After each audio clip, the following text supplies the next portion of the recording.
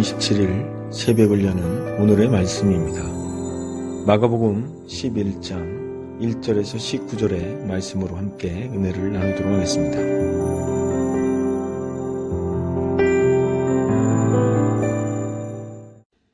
그들이 예루살렘에 가까이 와서 감람산 벳바게와 베다니에 이르렀을 때 예수께서 제자 중 둘을 보내시며 너희는 맞은편 마을로 가라.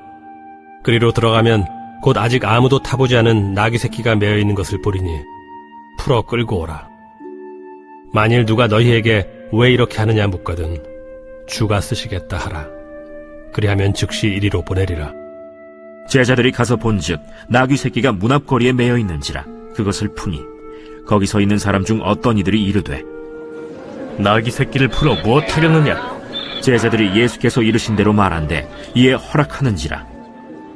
나귀 새끼를 예수께로 끌고 와서 자기들의 겉옷을 그 위에 얹어 놓음에 예수께서 타시니 많은 사람들은 자기들의 겉옷을 또 다른 이들은 들에서 벤 나뭇가지를 길에 펴며 앞에서 가고 뒤에서 따르는 자들이 소리 지르되 찬송하리로다. 주의 이름으로 오시는 이여 찬송하리로다.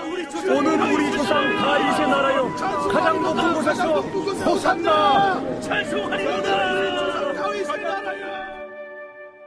예수께서 예루살렘에 이르러 성전에 들어가사 모든 것을 둘러보시고 때가 이미 저물매 12 제자를 데리시고 베다니에 나가시니라.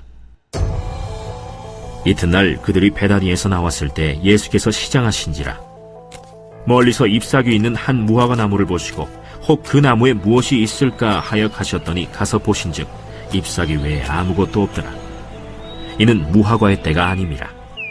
예수께서 나무에게 말씀하여 이르시되 이제부터 영원토록 사람이 내게서 열매를 따먹지 못하리라 하시니 제자들이 이를 듣더라.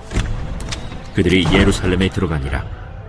예수께서 성전에 들어가사 성전 안에서 매매하는 자들을 내쫓으시며 돈 바꾸는 자들의 상과 비둘기 파는 자들의 의자를 둘러 엎으시며 아무나 물건을 가지고 성전 안으로 지나다님을 허락하지 아니하시고 이에 가르쳐 이르시되 기록된 바 내 집은 만민이 기도하는 집이라 칭함을 받으리라고 하지 아니하였느냐?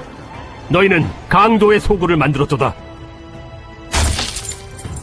대제사장들과 서기관들이 듣고 예수를 어떻게 죽일까 하고 꾀하니 이는 무리가 다 그의 교훈을 놀랍게 여기므로 그를 두려워하밀러라.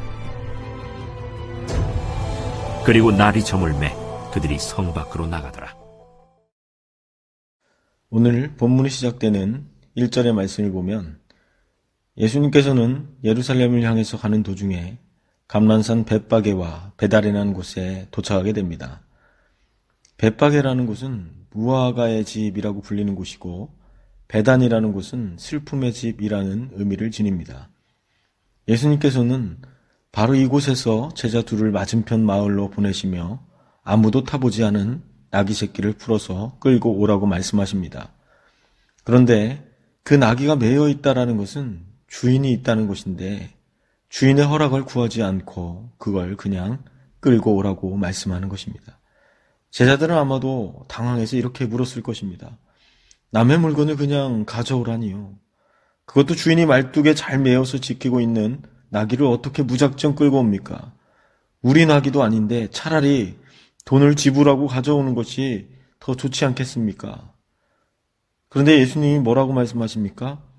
본문의 3절 말씀을 보면 누가 너희에게 왜 이렇게 하느냐 묻거든 주가 쓰시겠다 하라. 그리하면 즉시 이리로 보내리라. 나귀를 끌고 오려고 하는데 누가 묻거든 주가 쓰시겠다라고 하라는 이 말 한마디면 된다는 것입니다. 우리가 누구이고 또 어디서 왔고 예수님은 어떤 기적을 행했고 무엇 때문에 나귀가 필요한지 이런 이야기를 할 필요 없이 그냥 주가 쓰시겠다 하라 그 말만 하면 즉시 나귀를 보낼 것이라고 말씀하십니다. 정말 주가 쓰시겠다 하라 그랬더니 어떻게 되었습니까? 주인이 허락했다라는 거예요. 나귀 주인은 주가 쓰시겠다 하라는 이 한마디에 아무것도 따지지 않고 묻지도 않고 나귀를 내어주는 것을 보게 됩니다. 성경에는 이 나귀의 주인이 누구인지 분명하게 설명하고 있지는 않습니다. 우리는 나귀의 주인의 이름도 모르고 나이도 모릅니다. 하지만 한 가지 분명히 알 수 있는 것은 주가 쓰시겠다라는 말씀에 전적으로 헌신했다는 사실입니다. 주가 쓰시겠다라는 말씀에 나귀 주인은 아무런 갈등이나 고민 없이 자신의 나귀를 주님께 드렸다는 것입니다. 왜 그럴 수 있었을까요? 나귀가 남아돌아서요? 부자여서? 믿음이 좋아서가 아닙니다. 더 깊은 영적인 의미는 주님에게 쓰임받을 때 가장 기쁘다는 것을 알았기 때문입니다. 저는 여러분들이 주님께 쓰임받는 사람이 되기를 원합니다.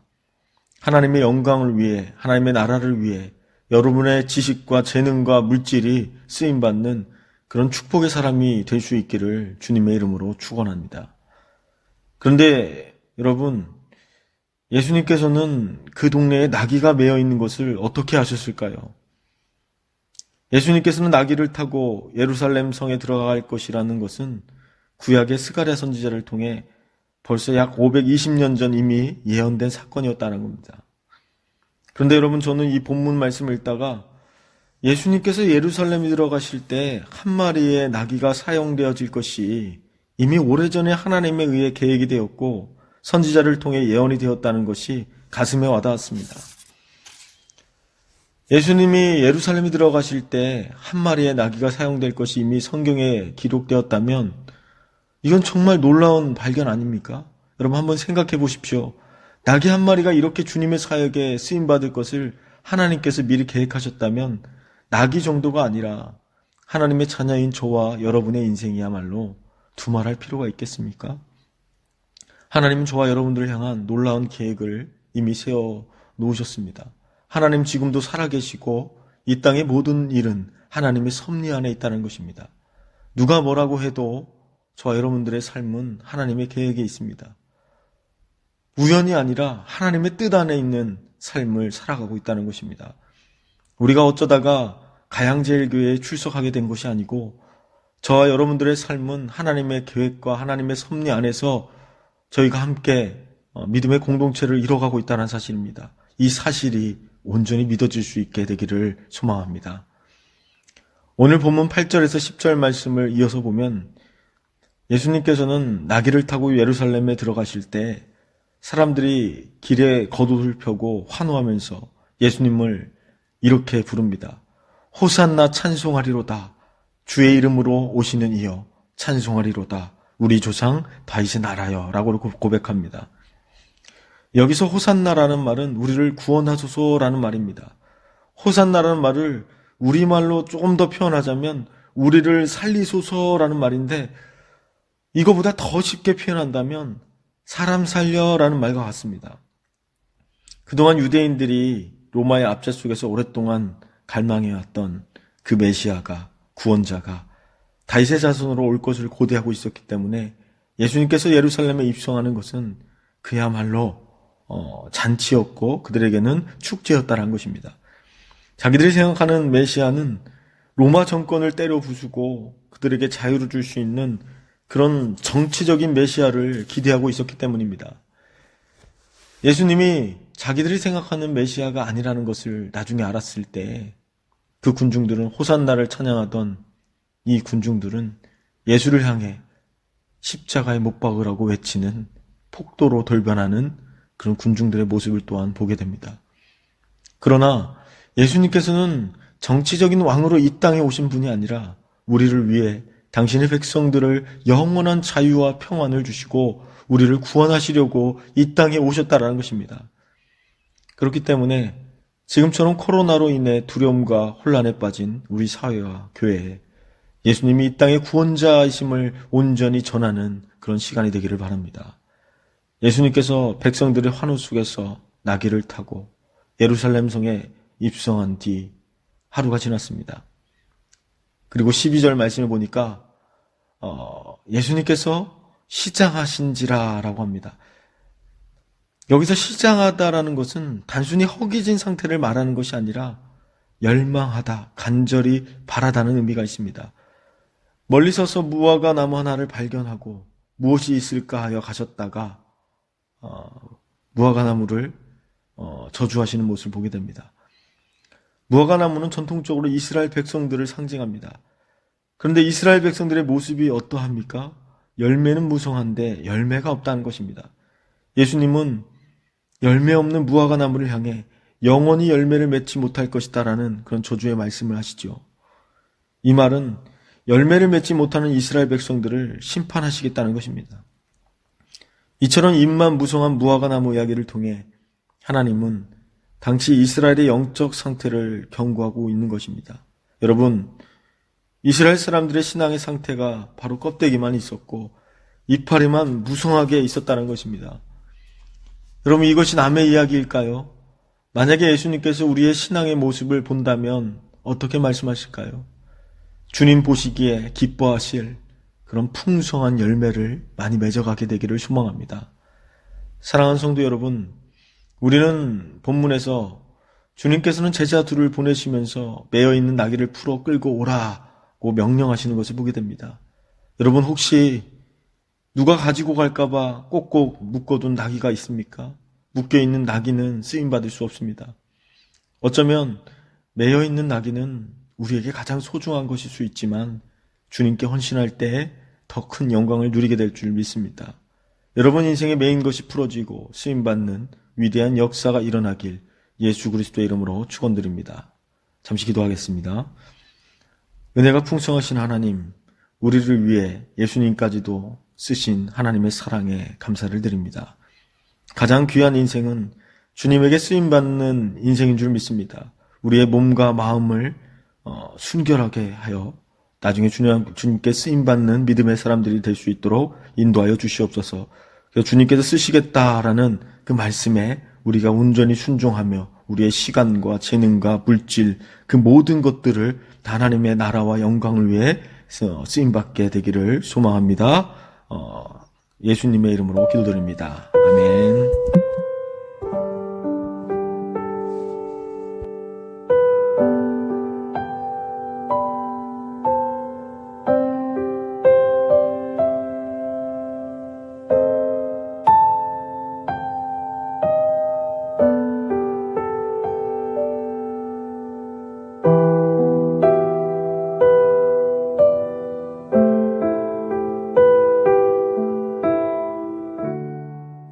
이제 함께 공동 기도문에 따라 기도하겠습니다. 공동 기도문은 화면을 보고 기도해 주시기 바랍니다. 첫째, 나라와 민족을 위하여 기도하겠습니다.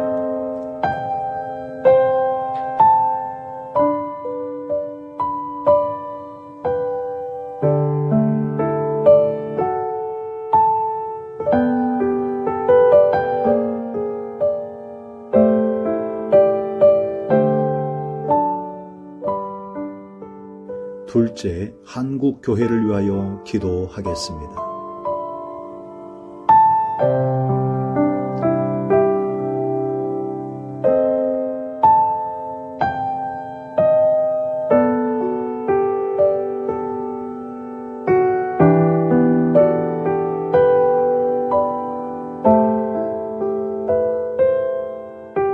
셋째, 가양제일교회를 위하여 기도하겠습니다.